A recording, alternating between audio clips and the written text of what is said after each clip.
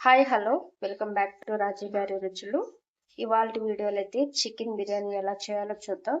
ఇది నిజంగా చాలా అద్భుతంగా అయితే కుదిరింది అండి. ఖచ్చితంగా మీకు నచ్చుతుంది. ఇలా ఒకసారి ట్రై చేసి ఎలా వచ్చిందో నాకైతే కామెంట్ చేయండి. నిజంగా పొడిపొడలాడుతూ కుక్కర్లో కూడా బాగా చేసుకోవచ్చు. ఈ గ్లాస్తో 1.5 గ్లాస్ అయితే రైస్ తీసుకుంటున్నాను. రైస్ వేసుకొని కడిగి నీట్గా నానబెట్టుకోవాలి. ఇలా నానబెట్టుకుంటే రైస్ కూడా బాగా మంచిగా నానుతుంది, మనకి బిర్యానీ కూడా నీట్గా వస్తుంది. ఇలా కడిగి పక్కన పెట్టుకోవాలి. నేను ఇక్కడ 1/2 kg అయితే చికెన్ తీసుకున్నాను. ఇక్కడ 1.5 గ్లాస్కి నేను 1/2 kg చికెన్ తీసుకుంటున్నాను.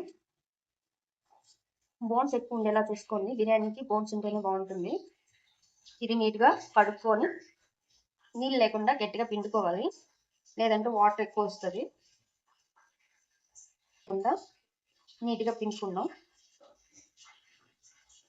అలాగే ఇందాక ఆల్రెడీ రెడీ చేసి పెట్టుకున్న పౌడర్ మిక్స్ చేసుకొని మొత్తం కలిపి ఒక 2 స్పూన్ వరకు వేసుకోవాలి. అలాగే 1 స్పూను పెరుగు, కొద్దిగా నిమ్మకాయ, కొద్దిగా కొత్తిమీర, పుదీనా, కొంచెం ఆనియన్, 2 పచ్చిమిరపకాయలు, 1 స్పూను అల్లం పేస్ట్, అలాగే కొద్దిగా నూనె వేసుకోవాలి. ఇప్పుడు ఇదంతా బాగా కలిసేలాగా కలుపుకోవాలి. ఇలా మొత్తం పట్టుకునేలా కలుపుకొని సాల్ట్ వేసుకున్నాం.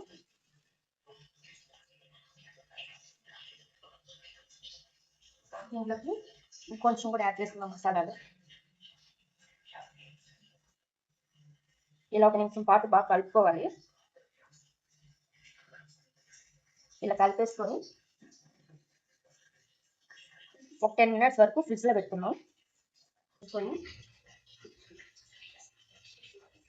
కొద్దిగా ఆయిల్ వేసుకోవాలి.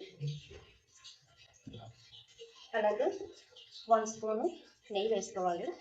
నెయ్యి వేసుకుంటే మంచి టేస్ట్ బాగుంటుంది. అలాగే బిర్యానీ సామాన్లు ఈ మసాలాలో వేసుకొని, ఆకులు ఇవి పెద్దగా ఉన్నాయంటే కొంచెం చిన్నగా చేసి వేసుకోవాలి. ఇవి కూడా బిర్యానీ ఆకు. ఇలా ఫ్రై అయ్యాక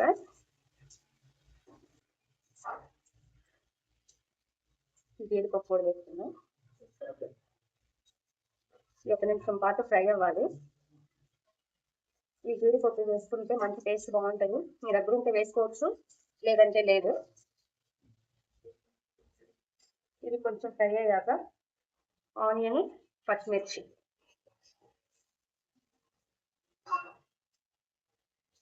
ఇవి కలర్ చేంజ్ అయ్యే వరకు ఫ్రై చేస్తున్నాం.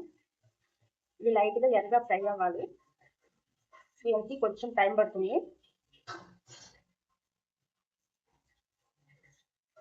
ఇది ఆల్రెడీ సగం బాయిల్ అయింది. ఇంకొంచెం బాయిల్ అయితే సరిపోతుంది. మరి ఎర్రగా ఫ్రై అవ్వకుండా లైట్గా ఫ్రై అయితే చాలు. ఇట్లా బాగా వాడిపోతే సరిపోతుంది. ఇప్పుడు ఆల్రెడీ చికెన్ కలిపి పెట్టుకున్నాం కదా, అది వేసేస్తుంది.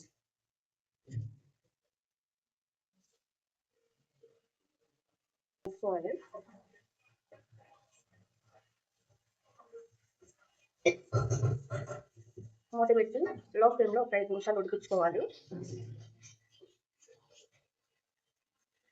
పుదీనా, కొత్తిమీర కూడా వేస్తున్నాం. ఇది అడిగంటకుండా బాగా కలుపుకోవాలి. లో ఫ్లేమ్లో అయినా పర్లేదు, చిన్నగా కొంచెం టైం తీసుకొని మంచి టేస్ట్ వస్తుంది. ఇలా మూత పెట్టి ఒక 5 నిమిషాల పాటు కుక్ చేసుకోవాలి.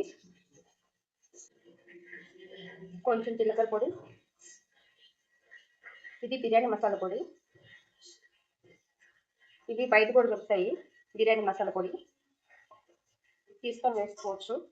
ఒకవేళ అది అవసరం లేకపోతే నార్మల్గా చేసుకోవచ్చు. ఇది చాలా వరకు అయితే ఉడికింది. ఇక్కడ వాటర్ యాడ్ చేద్దాం. నేను 1.5 గ్లాస్కి 1 గ్లాస్ వాటర్ వేస్తున్నాను. 1/2 గ్లాస్కి కొద్దిగా వాటర్ యాడ్ చేశాను. దీంట్లో ఒకసారి ఉప్పు కారం టేస్ట్ చేసుకోవాలి. దీంట్లో ఉప్పు తక్కువ పడింది కాబట్టి కొద్దిగా వేస్తున్నాను. మీరు చూసుకొని ఒకసారి వేసుకోండి.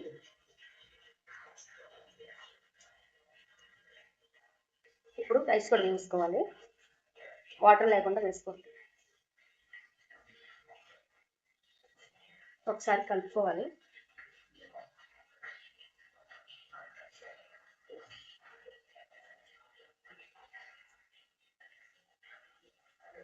ఒకసారి కలుపుకొని మూత పెట్టి 2 విజిల్ వచ్చేంత వరకు ఉడికించుకోవాలి. ఇప్పుడైతే కుక్కర్ అయితే ఓపెన్ చేసి చూద్దాం ఈ రైస్ ఎలా వచ్చిందో. చాలా బాగా వచ్చింది.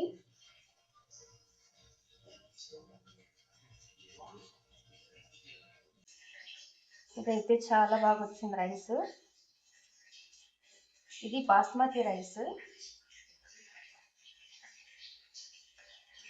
వాటర్ ఎప్పుడు కుక్కర్లో పెట్టుకున్నప్పుడు తక్కువనే వేసుకోవాలి. అలాంటప్పుడే పొడి పొడిగా వస్తుంది రైస్ కూడా. ఆనియన్ పెట్టుకొని పక్కన పెరుగు కూడా యాడ్ చేసుకోవాలి.